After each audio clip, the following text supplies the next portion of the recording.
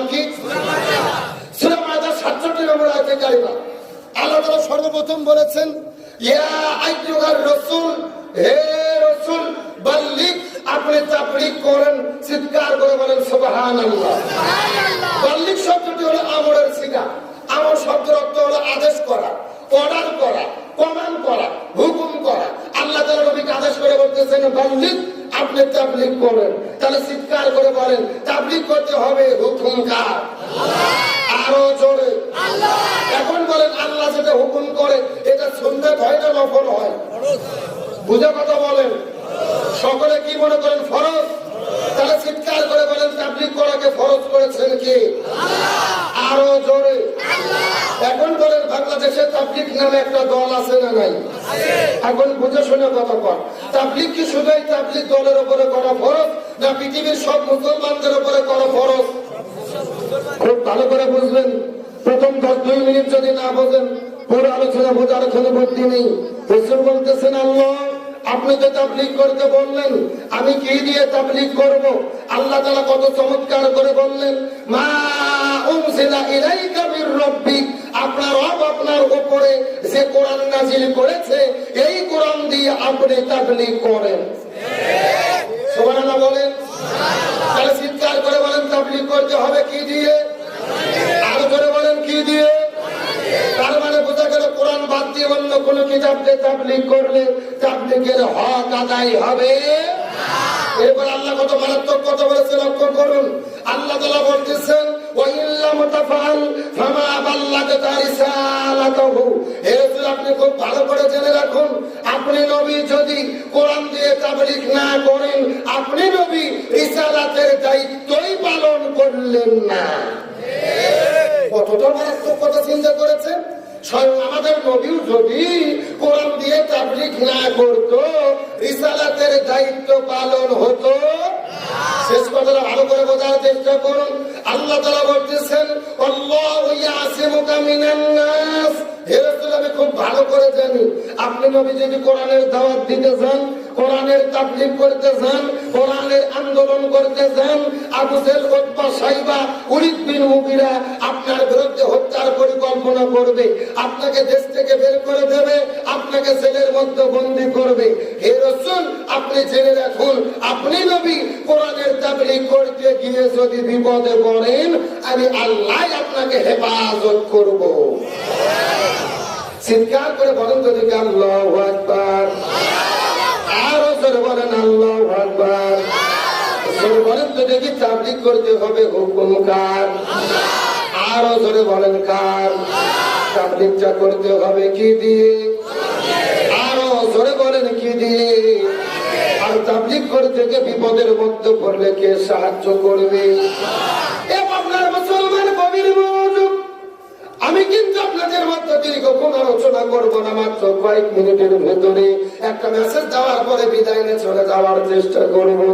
কোরআনের তাবলীগ কেমনে করবেন, আর কোরআনের তাবলীগ করতে গিয়ে বিপদের মধ্যে পড়লে আল্লাহ তাআলা কেমনে হেফাজত করবে, এই বিষয়টা বুঝাইয়া আপনাদের মধ্যে থেকে বিদায় নিয়ে চলে যাওয়ার চেষ্টা করবো। কথাগুলো সুন্দর করে বোঝার চেষ্টা করবেন। আমার নবীজির উপরে আল্লাহ তাআলা যখন কোরআনটা নাযিল করে দিল, আমার নবীজি কোরআনটা পাওয়ার পরে চলে গেলেন যখন কোরআনের দাওয়াত দেওয়ার জন্য সমাজের ভেতরে। আমার নবীজি যেখানে কোরআনের কথা বলে, আবু জেহেলের বাচ্চারা ওই জায়গার মধ্যে যাইয়া বাধা দেয়। আর যদি বলেন, আল্লাহর কোরআন দলিল প্রমাণ পেশ করে বলেন, ওয়াকাল্লাযীনা কাফারু লা তাসমাউ লিহাযাল কুরআন। কাফিররা আইন জারি করে দিল, আব্দুল্লাহর ছেলে মুহাম্মদ যেখানে কোরআনের কথা বলবে ওই জায়গার মধ্যে যায় তারা বাধা দেবে। এখন আমি আপনাদেরকে জিজ্ঞাসা করি, বলেন তো ও আপনার মুসলমান, আজকেও বাংলাদেশের ভেতরে কোরআনের কথা বলতে গেলে মাঝে মধ্যে বাধা আছে না নাই? আরো জোরে বলেন। আমার কথা সোজা, সেই সময় নবীজি কোরআনের কথা বলেছে, আর আবু জেহেলের বাচ্চারা ওই জায়গার মধ্যে যে বাধা দিয়েছে। আজকে বাংলাদেশের ভেতরে যারা কোরআনের মাহফিলে বাধা দেয়, এরাই হলো ডিজিটাল আবু জেহেল।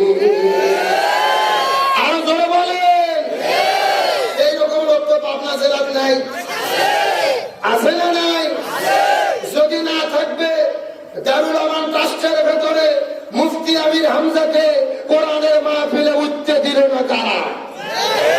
কথা বলেন না কেন? আপনাদের এই জায়গার ভেতরে আল্লামা তারেক মনোয়ারকে কোরআনের কথা বলতে দিল না কারা? যারাই কোরআনের মাহফিলে বাধা দিল এরা কাদের বংশধর? আরো ধরে বলেন। আপনার মুসলমান গভীর মনোযোগ কথাটা বোঝার চেষ্টা করবেন। আমি আপনাদের মধ্যে যত বড় কথা বলবো কোরআন থেকে দলিল দিয়ে কথা বলার চেষ্টা করব। মোবাইল থেকে রেকর্ড করে নেন, খাতা কলম থাকলে লিখে নেন। সূরাটির নাম হলো সূরা আনফাল আর আয়াত নম্বর হলো 30। সূরা আনফাল আয়াত নম্বর হলো 30। কথাগুলো সুন্দর করে বোঝার চেষ্টা করবেন। আল্লাহ কত চমৎকার করে বলেছে, ওয়াইজ ইয়ামকুরু বিকাল্লাযীনা কাফারু ওয়াইজ ইয়ামকুরু বিকাল্লাযীনা কাফারু। আল্লাহ তাআলা ডাকতে বলে, ইয়া রাসূলুল্লাহ, আবু জেহেল আপনার বিরুদ্ধে ষড়যন্ত্র করতেছে, কিয়ামত পর্যন্ত করবে। কার বক্তব্য? কথাগুলো সুন্দর করে বোঝার চেষ্টা করবেন। ইয়ামকুরু শব্দটি মুজারার সিগা, বর্তমান ভবিষ্যৎ প্রেজেন্ট ফিউচার। আল্লাহ তাআলা ডাকতে বলে, আরবি গ্রামার ব্যাকরণ যারা পড়েছেন তারা বুঝতে পারবেন।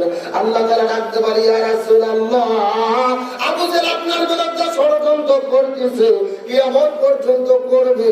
এখন আমি আপনাদেরকে জিজ্ঞাসা করি, বলেন তো আবু জেহেল কি কিয়ামত পর্যন্ত বেঁচে থাকবে? তাহলে আল্লাহ মনে হয় ভুল করে লিখেছে। আপনাদের কি মনে হয় আল্লাহ কি ভুল করে? আল্লাহ মনে করেন এমন কথা বললে ইমানও থাকবে না। কিন্তু আল্লাহ তাআলা যদি মাকারা শব্দ যেত অর্থটা হয়ে যেত, কিন্তু আল্লাহ তাআলা মাকারা শব্দ ব্যবহার না করে ইয়ামকুরু শব্দটি কেন ব্যবহার করলো? এই আয়াতের ব্যাপারে তামাম পৃথিবীর ভেতরে সমস্ত মুফাসসির কিরাম একমত পোষণ করেছেন, কিয়ামত পর্যন্ত আবু জেহেল থাকবে না। কিন্তু আবু জেহেলের নাতি পুতিরা যোগ্য